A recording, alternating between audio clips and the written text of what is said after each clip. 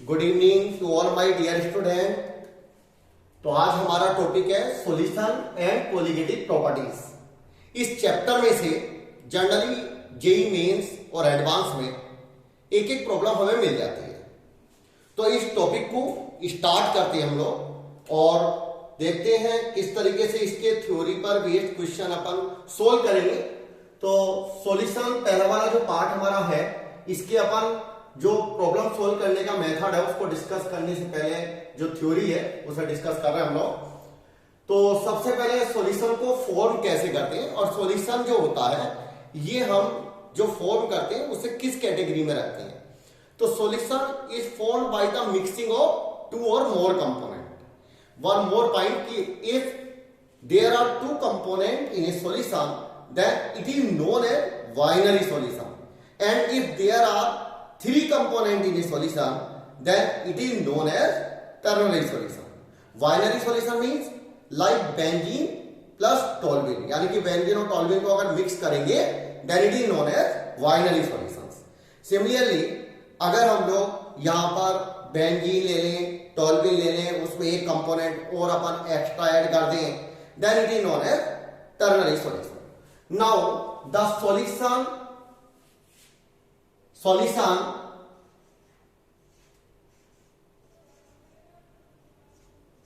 can be formed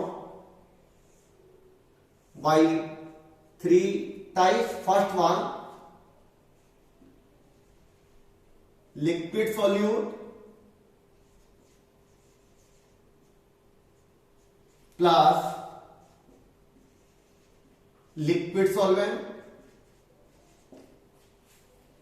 Second one is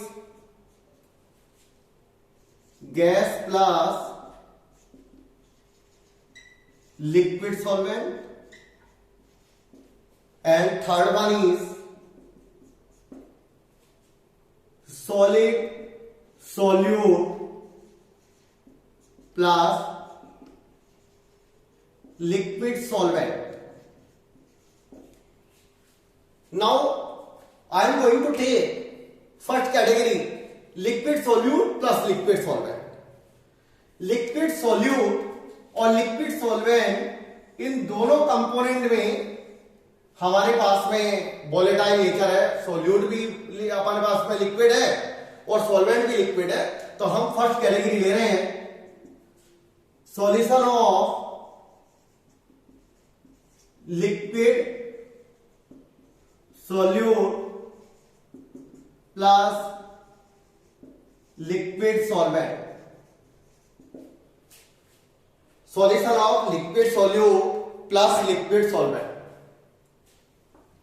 liquid solute और liquid solvent का जो solution होगा इसको हम लोग डिस्कस करने जा रहे हैं। Solution of liquid solute plus liquid solvent.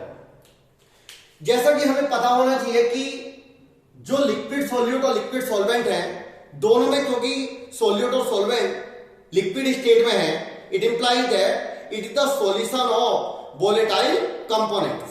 तो हम लोग यहां पर स्टडी करने जा रहे हैं solution of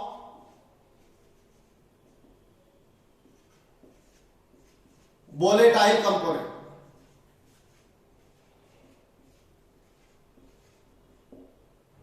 solution of volatile components. Solution of volatile component यानी कि liquid solute plus liquid solvent, that is the solution of volatile component. It will be divided in two parts. First is ideal solution and second one is non-ideal solution.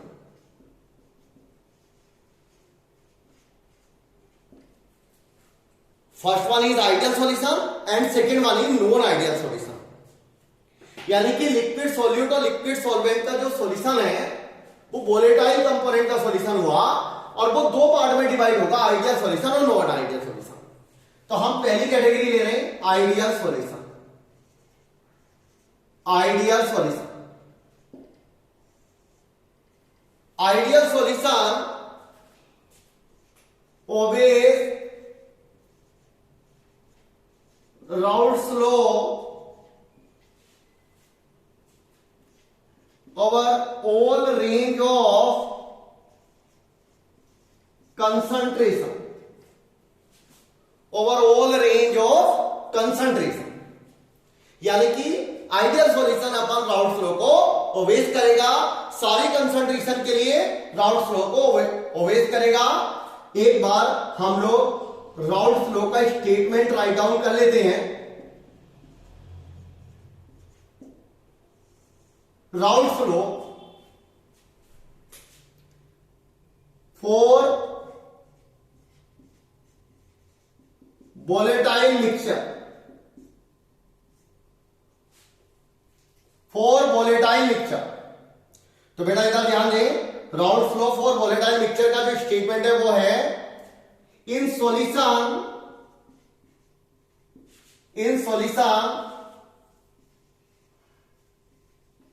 The partial vapour pressure of a component is directly proportional to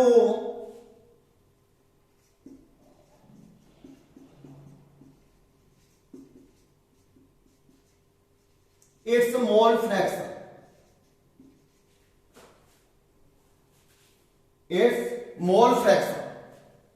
In all this process, the temperature remain constant. कि यहां पर जो हमारे पास में vapour pressure एक component का है वो उसी कंपोनेंट के मोल फ्रैक्शन के प्रोपोर्शनल है। Partial vapour pressure of A component is directly proportional to its mole fraction. यहां पर ध्यान देंगे, जब भी हम कोई सॉल्यूशन फॉर्म करेंगे तो उस कंपोनेंट का जो भी कंपोनेंट उसके अंदर मिक्स है उनमें से जो भी कंपोनेंट होंगे उनमें से अगर एक कंपोनेंट की बात करें तो उस कंपोनेंट का जो पार्शियल वेपर प्रेशर होगा सॉल्यूशन में वो उसी कंपोनेंट के मोल फ्रैक्शन के प्रोपोर्शनल होगा। चलिए हम इस बात को यहां पे राइट डाउन कर देते हैं। ये बात जो हमने लिखी है इसको अपन यहां पर समझ लेते हैं कि ये बात क्या कहना चाह रहे हैं, क्या इसका अपन पे पूरा मीनिंग है। Suppose we have two component A and B. हमारे पास दो कंपोनेंट है बेटा, एक ए है एक बी है। We have two component A and B. यहां पर देख सकते हो एक कंपोनेंट ए है, तो डेफिनेट है कि जब दोनों कंपोनेंट लिक्विड स्टेट में हमने स्टार्टिंग में लिया है तो इसका मतलब ये हुआ कि कंपोनेंट ए अभी कंपोनेंट ए ही है, दूसरा उसके अंदर हमने मिक्स नहीं किया, देख सकते हो। तो जब कोई कंपोनेंट अकेला होता है then it is known as pure. Pure मतलब दूसरा मिला हुआ नहीं है इसके अंदर, दूसरा मिक्स नहीं है। इसका मतलब इस कंपोनेंट का प्योर स्टेट में जो वेपर प्रेशर होगा that is P not A. इस समय जो वेपर प्रेशर होगा इस कंपोनेंट का that is P not A. तो remember it, P not A is the vapour pressure of component A in pure state. Pure state मतलब दूसरा इस कंपोनेंट इसके अंदर मिक्स नहीं है। Now the second one component B,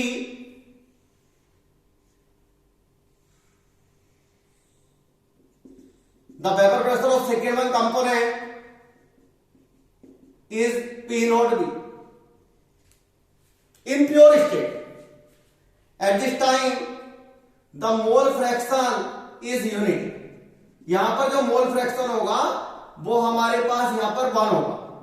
remember it कि दोनों मिक्स नहीं है, pure state.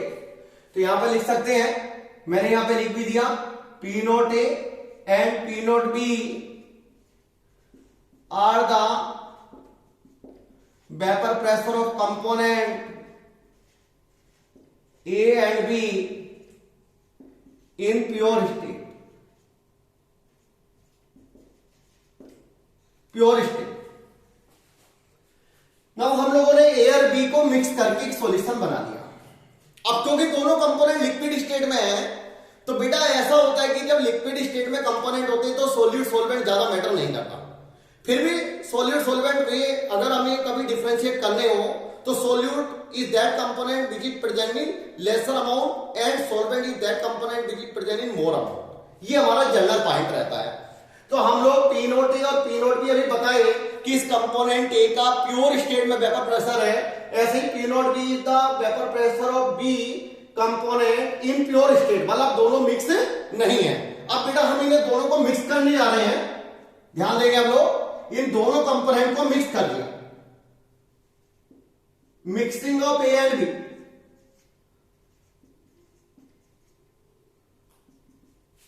Means solution of volatile component. ठीक है, तो हमने दोनों को मिक्स कर दिया, जरा ध्यान रखें।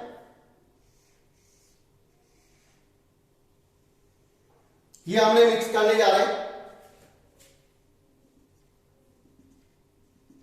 जरा ध्यान देंगे। जैसे ही हम मिक्स करेंगे तो यहां पर कुछ वेपर्स ए की बनेंगी और कुछ वेपर्स बी की बनेंगी। कुछ वेपर्स ए की बनेगी और कुछ वेपर्स बी की बनेंगी। In this solution XA and XB are the mole fraction of component A and B in solution phase. XA is the mole fraction of component A and XB is the mole fraction of component B in solution A and B. हमने A और B दोनों को mix कर दिया इसके अंदर। A और B दोनों को मिक्स कर दिया। तो यहां पर अगर हमने इस A का वेपर प्रेशर, यहां पे A का वेपर प्रेशर अगर P एज्यूम कर लिया, ये देख लीजिए, यहां पर हमने इसे PB एज्यूम कर लिया और इसे हमने PA एज्यूम कर लिया। This is partial vapour pressure of component A and component B in solution phase. तो अकॉर्डिंग टू राउल्स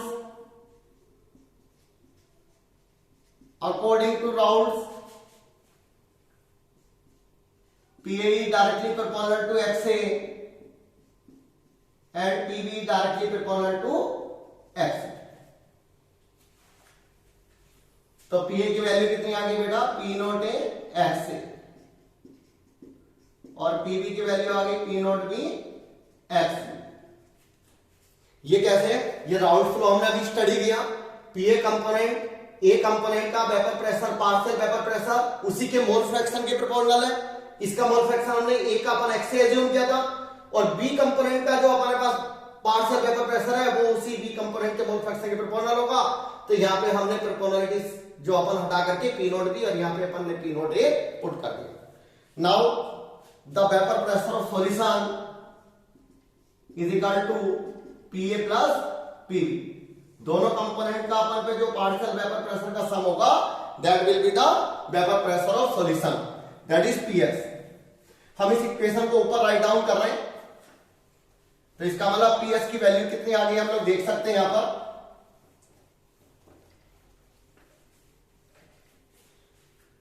जरा ध्यान देंगे,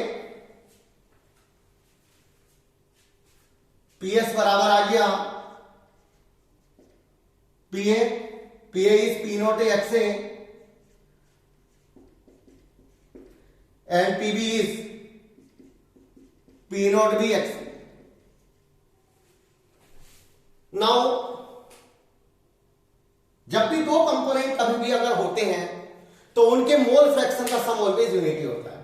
तो हम यहां पर देख सकते हैं कि XA प्लस XB का जो वैल्यू होगा, XA प्लस XB का जो सम होगा दैट विल बी यूनिटी।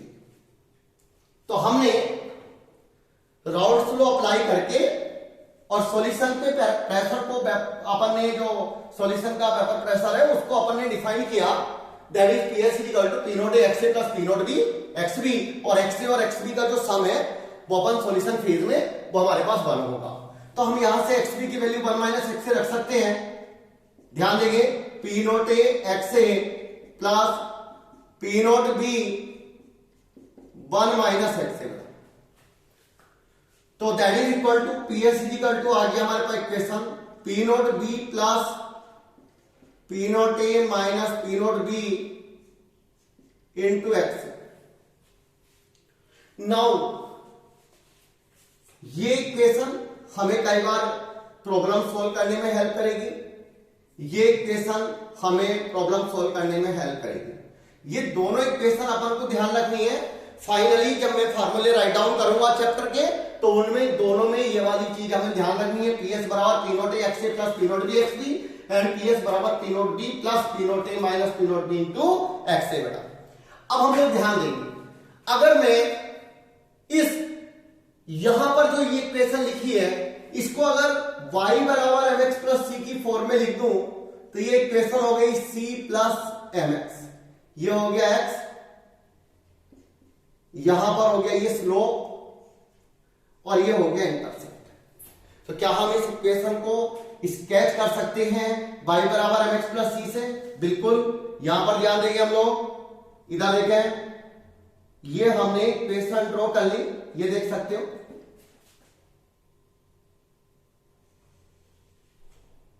ये आ चुकी। ये जो लाइन होती है, थोड़ा सा यहां पर इसे थोड़ा बड़ा कर देता हूं मैं,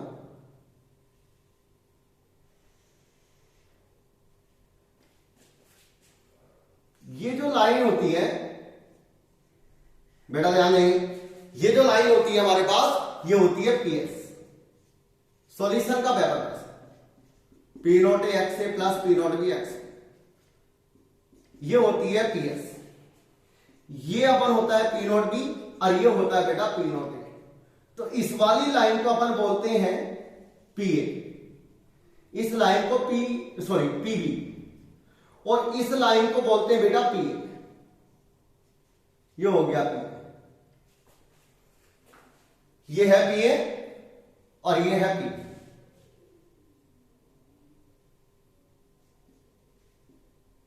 देख लें हम लोग,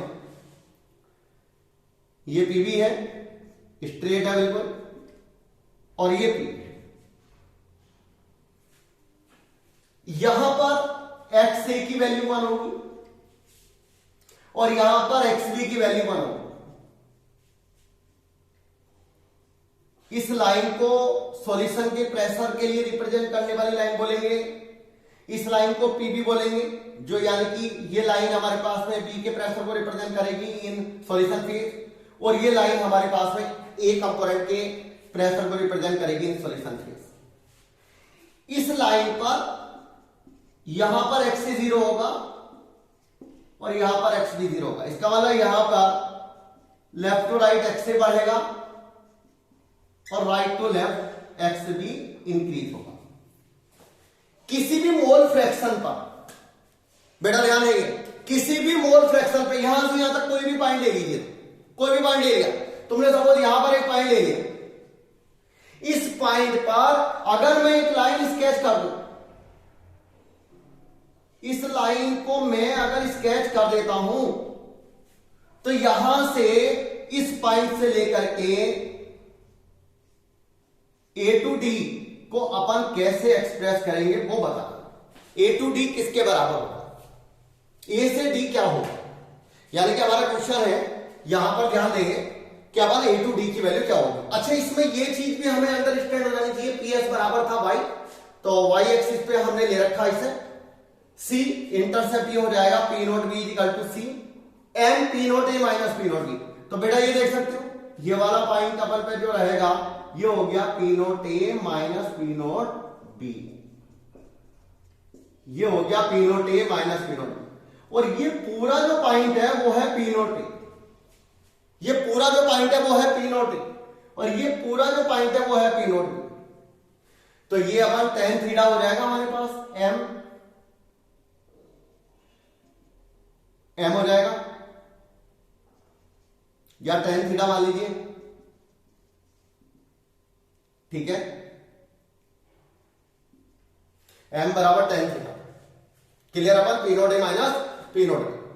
अब मैं कह रहा था कि इसके अंदर ए से डी वाली लाइन क्या रिप्रेजेंट करेगी। कई बार एग्जाम में क्वेश्चन मिलेगा हमें, ये अपन इंपॉर्टेंट है बहुत ही, कि अपन कई बार अपने एग्जाम में क्वेश्चन मिलेगा कि ए से डी वाली लाइन क्या होगी। एग्जाम्पल ध्यान देंगे, हम लोग यहीं पे एग्जाम्पल लिख सकते हैं, A to D is equal to, A to D क्या है, मैंने ऑप्शन बना दिया, ए डी है, A D is equal to A B plus B C plus C. Example लिखेंगे, फर्स्ट वन है A B plus B C plus C D. दूसरा option है A D is equal to A B plus A C. C option है हमारे पास A D is equal to A B plus B D, और D option है A C plus C, A C plus C D. तो इसका सही right answer कौन सा होगा। वैसे तो मैथमेटिकली ये सारी चीज बराबर बैठती है, क्योंकि ए से डी वाली जो लाइन है अगर तुम मैथमेटिकली देखोगे तो ए से डी को हम लोग इसके सम के फॉर्म में लिख सकते हैं, बट सॉल्यूशन चैप्टर में ऐसा नहीं कर सकते। इसका रीजन है ए से डी किसे रिप्रेजेंट करेगी बेटा, ए से डी रिप्रेजेंट करेगी हमारे पास सॉल्यूशन के वेपर प्रेशर को, A to D. A to D किसे रिप्रेजेंट करेगी, the vapour pressure of solution. यहां से लेकर के यहां तक का जो लाइन है वो अपन ए टू डी होगा, तो ए टू डी हमारे पास किसका वेपर प्रेशर हो गया, सॉल्यूशन का। और सॉल्यूशन का वेपर प्रेशर किसके सम के बराबर होता है, सॉल्यूशन का vapour pressure is always equal to P A plus P B, यानी कि दो कंपोनेंट के वेपर प्रेशर के बराबर। इस मोल फ्रैक्शन पर देख सकते हो मैंने यहाँ पे क्रॉस लगाया, इस मोल फ्रैक्शन पर यहां पर ए और बी दोनों प्रेजेंट होंगे, इस मोल फ्रैक्शन पर पीबी होगा एबी के बराबर, ये होगा पीबी, देख सकते हो ये वाली वैल्यू, ये होगी पीबी, और ए से सी होगा पीए, ये हो गया पीए।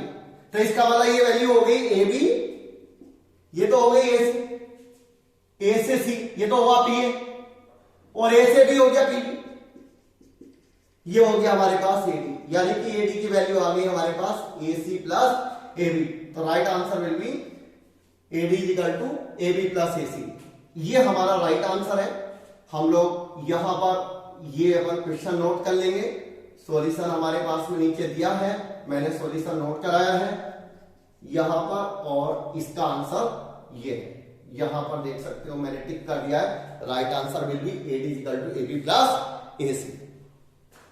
अब बेटा थोड़ा और आगे बढ़ते हैं सॉल्यूशन चैप्टर में, सॉल्यूशन पार्ट में, तो मेरी तरफ ध्यान देंगे।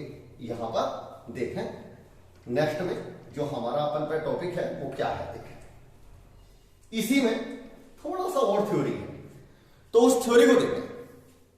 यहां पर अपन एग्जांपल को अच्छे से नोट कर लेंगे, AD is equal to A B plus A C, बड़ा इंपॉर्टेंट क्वेश्चन भी है, बहुत ही इंपॉर्टेंट है, कई बार अपन एग्जाम में क्वेश्चन आ सकता है। तो अपन आगे बढ़ रहे हैं, जरा देखिए ध्यान देंगे, इसे रिमूव कर रहा हूं मैं, चलिए अब मैं स्टार्ट कर रहा हूं।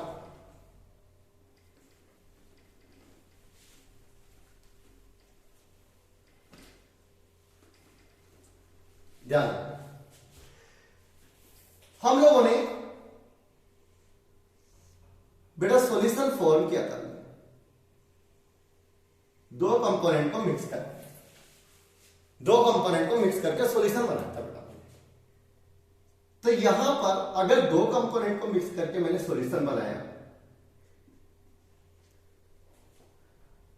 तो इनके वेपर फेज में मोल फ्रैक्शन यहां पर मैंने वाई और वाई भी ले ली है,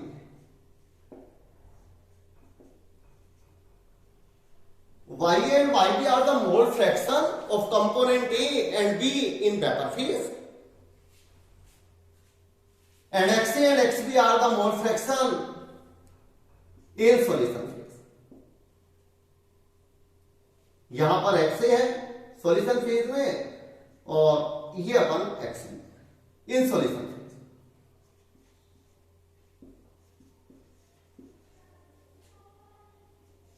इन वेपर फेज, ठीक,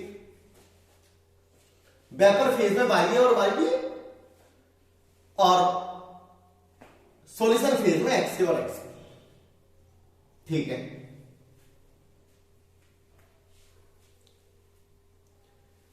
यहां पर हम लोग जो दो कंपोनेंट हमने लिए हैं ए और बी, उसमें इस बात का भी ध्यान देंगे कि A is more volatile as compare to B, क्योंकि जो मैंने ग्राफ स्केच किया था उसमें पी नोट ए को ज्यादा बनाया था। इसका मतलब यह भी ध्यान रखना है कि P naught A is greater than P note B, A is more volatile than B.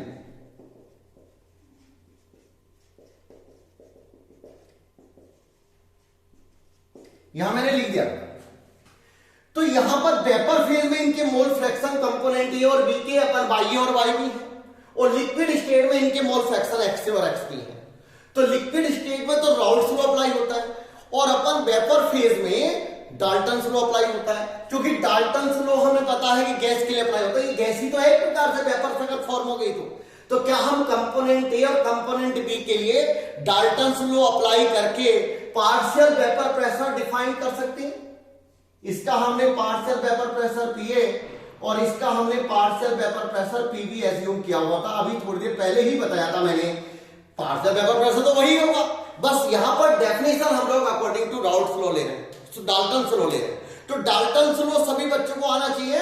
Dalton's law की डेफिनेशन है partial pressure of a gas is equal to total pressure into mole fraction of that gas. यानी कि अगर मैं यहां पर component ए के लिए डाल्टन्स लॉ अप्लाई करूं तो partial vapour pressure of component A is equal to total pressure of, जो भी टोटल प्रेशर है, टोटल प्रेशर सॉल्यूशन का होगा पीए प्लस पीवी या PS into mole fraction of component A in vapour phase. यानी कि मैं यहां पर डाल्टन्स लॉ अप्लाई कर रहा हूं बेटा, Dalton's law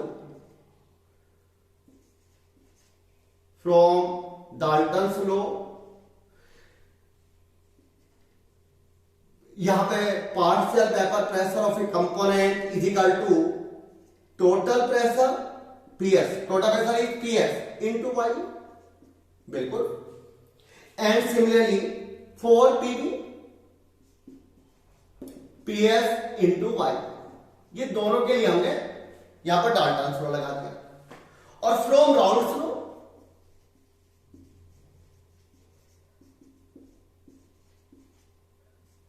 PA is equal to P naught X and PB is equal to P naught B X। क्या दोनों को हम इक्वलाइज कर सकते हैं बेटा? PA यहां पर डाल्टन्स लॉ से और यहां पर PA हमारे पास राउल्ट्स लॉ से, क्या इसे और इसे इक्वलाइज कर दें? क्या इसे और इसे इक्वलाइज कर दें हम लोग? क्या इन दोनों को इक्वलाइज कर दें? बिल्कुल। क्या हम लोग दोनों को बराबर करके इक्वेशन बना सकते हैं, कुछ अलग इक्वेशन बना सकते हैं? बिल्कुल बना सकते हैं। जरा ध्यान देंगे हम कैसे इक्वेशन ड्रॉ करेंगे, कैसे इक्वेशन बनाएंगे। क्या मैं P A left hand side अगर इक्वल है तो राइट हैंड साइड बराबर होगी, तो मैं लिख सकता हूं P S into Y A is equal to P note X A. Similarly P B अगर हमारे पास लेफ्ट हैंड साइड बराबर है, P S into Y B is equal to P note B X B, बिल्कुल। तो यहां से मैंने यहां से यही चीज एक्स ए की वैल्यू भी निकाल दी, P S into Y A upon P not A, और इसी तरीके से P S into Y B is equal to P not B X B. तो यहां से एक्स बी की वैल्यू भी निकाल दी बेटा मैंने, P S into Y B upon P not B. क्या दोनों को अगर मैं एक्स ए और एक्स बी के सम को यूनिटी कर दूं तो एक इक्वेशन और मेरे पास इवेल्युएट होके आ गई, X A plus X B की वैल्यू को मैंने यूनिटी कर दिया, P S into Y A upon P not A, P S into Y B upon P not B equal to 1। तो यहां से क्या आएगी इक्वेशन बेटा? अपन इक्वेशन देखें, Y A upon P not A plus Y B upon P not B is equal to 1 upon P S. ये भी एक फार्मूला बन गया हमारा, इसको भी हम लोग अप्लाई करेंगे। यहां पर मैंने लिख भी दिया अप्लाई इन वेपर फेज।